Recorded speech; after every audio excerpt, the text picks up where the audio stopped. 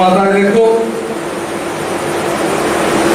অসংখ্য ঠাকুরের মূর্তি তুমি কিন্তু নিয়ে এসেছো। একটা গণেশ এসেছিল, তোমার মেয়ে একটা কালী এনেছে, বেনারস গিয়ে শিব ঠাকুর এনেছো, তুমি কিন্তু তোমার ঠাকুর ঘরে জুটিয়েছো। সেখানে ফুল কমে গেলে নিজেই আবার কষ্ট পাচ্ছ, ফুল কমে গেল কি জানি, গণেশ ঠাকুর রাগ করতো কিনা। ভগবান একদম রাগ করেন, মূর্তি কিন্তু ভগবানের সেই একটাই, তার মধ্যে একটাকে বেছে দাও, গুরু বলো, রাম বলো, শিব বলো, বেছে দাও, ভাবো তার মধ্যে সবাই আছে, তিনি সকলের মধ্যে আছেন, এই ভেবে খুব আনন্দ। গণেশ কেন, যাকে তুমি সামনে পাবে। আমাদের দেখবে প্রচুর কবিরা গান গেয়েছেন, সুন্দর করে বলেছেন, বাজাও যখনই যে রূপে প্রাণ ভরে যায়, তাই একটি প্রাণ ভরি নানা ছড়ি ন্যায়ের বারতা, বিচারে বিচারে পারে অসার। আমি জানি আমারই দেবতা, দিলে আমি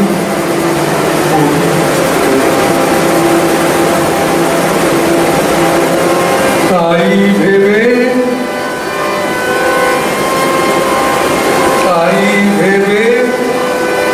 প্রাণ যাহা চায়, কথাটা কি রে, ডাকিতে ডাকিতে হৃদয় যখনই যে রূপে প্রাণ ভরে যায়, তাই দেখি প্রাণ ভরি। তোমাদের বলার একটাই ছিল যে যে রূপটা তোমার ভালো লাগবে, এত ঠাকুরের মধ্যে একজনকে বেছে দাও, তাকেই সমস্ত কিছুর মধ্যে ভাববে ভাবে তিনি আছেন, তাহলে দেখবে তোমার গণেশ ঠাকুরকে যেমন ভালো লাগবে, তোমার বাড়ির অনেককে ভালো লাগবে। তুমি যদি মনে করো এই ভালো লাগাটা এটা মিরাকেল ঘটে যাবে, এটা আমি জানি, এত বড় মিথ্যে কথা তোমার বলতে। আমার কাছে এসে যদি কারণ মিরাকেল আশ্চর্য ঘটে যায়, সাধুর কাছে এসেছো তোমার ভালো হতে পারে, তো আমি তোমার মুখ ফুটে এই কারণে বলতে পারবো না, নেই ব্যাপারটা বাবু, আমি এসব নিয়ে কোনোদিন সাধনা করি, আমার মনে হয় যে তোমার ভালো হবে, ভালো ব্যাস। তোমাকে আলাদা করে তোমাকে আমি তোমার মনের কথা বলে দেওয়ার জন্য ঠিকে নিয়ে বসে আছি, একদম।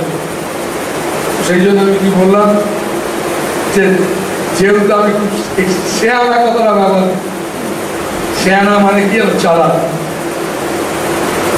চালাক জানি না চালাক কিনা, তবে হ্যাঁ ঠাকুর রামকৃষ্ণ বলেছেন চালাক সংসারী কে জানিস, সারাদিনে সকল কাজ করে, বাড়ির গিন্নি সমস্ত কাজ করে সবাইকে খেতে দেয়, সবাই একবারে গিন্নিমা বলতে ব্যস্ত, গিন্নি ছাড়া কিছু উপায় নেই।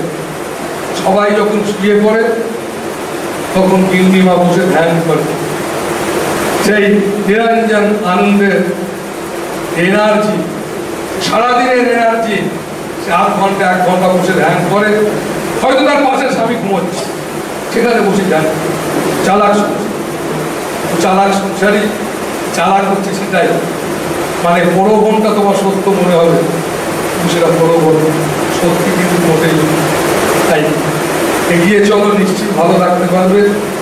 যত পারো নাম করো, চলে ফিরে ঘুরে নাম করো, আর অবশ্যই অবশ্যই চেষ্টা করবে এই আসানসোলে এরকম একটা অত মানুষ আশ্রমে অবশ্যই যাবে। আমার আশ্রমে না, ভালো কথা চর্চা খুব দরকার, ভালো চর্চা ভীষণ প্রয়োজন, ভীষণ প্রয়োজন তোমাদের। আজকে কেউ কাউকে বিশ্বাস করতে পারি না, এইরকম একটা জায়গায় সারা ভারতবর্ষে জগতে যারা বড় বড় উঁচু জায়গায় বসে আছে সবাইকে যদি তোমার সামনে দাঁড় করিয়ে দেয়, বিশ্বাস করতে বলে, তোমাকে ভেতর থেকে যদি বলে বিশ্বাস করো তুমি এদেরকে, তুমি চুপচাপ দাঁড়িয়ে থাকবে। তুমি যদি বড় বড় অফিসারদের তোমার সামনে দাঁড় করিয়ে দেয়, তুমি বিশ্বাস করতে পারবে যে? অন্তর থেকে বলো তো, তুমি চুপচাপ দাঁড়িয়ে থাকবে। ভারতবর্ষে যদি, পৃথিবীর যদি বড় বড় সব সাধুদেরকে সামনে যদি ছবি দেখানো হয়, এখন যারা সমাজে ঘুরে বেড়াচ্ছে, তাদের বিশাল নাম, বিশ্বাস কাকে করবে? সেখানে দেখবে তুমি চুপ করে মাথা রাখবে। তো সমাজের সমস্ত জায়গাটাকে আমাকে পরিস্থিতি, তুমি তোমার ছেলে মেয়ের বিয়ে দিতে যাবে, সেখানেও তোমাকে যদি বলা হয় বিশ্বাস করতে পারবে, তোমার চিন্তা করতে হবে। বড় খারাপ সমাজ, বড় দুর্দিন আমাদের সবাই।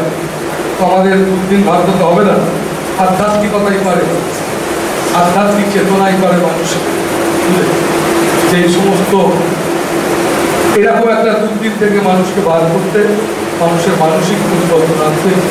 তাই বাবা মায়েরা, তোমাদেরকে আমি কি দিতে পারি? তোমাদেরকে একটাই জিনিস দিতে পারি, যে এক গ্লাস জল তুলে দিতে পারি।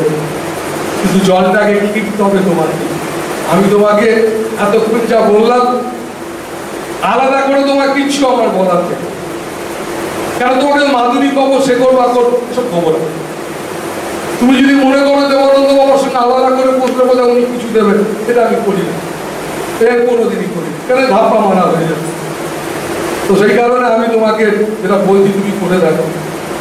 আমার কাছে হাজার হাজার মানুষ আসে, আমি তো মানুষকে দিনরাত বলছি, আর দেখেছি আমি যারা করছে, যারা শুনে চলবার চেষ্টা করছে, তাদের মধ্যে শক্তি তৈরি হচ্ছে, এবং তাদের সেই শক্তিতে, নিজেদের সেই পবিত্র শক্তিতে তারা যে কোনো জিনিস কাটিয়ে তারা নিশ্চিত পাচ্ছে, নিশ্চিত।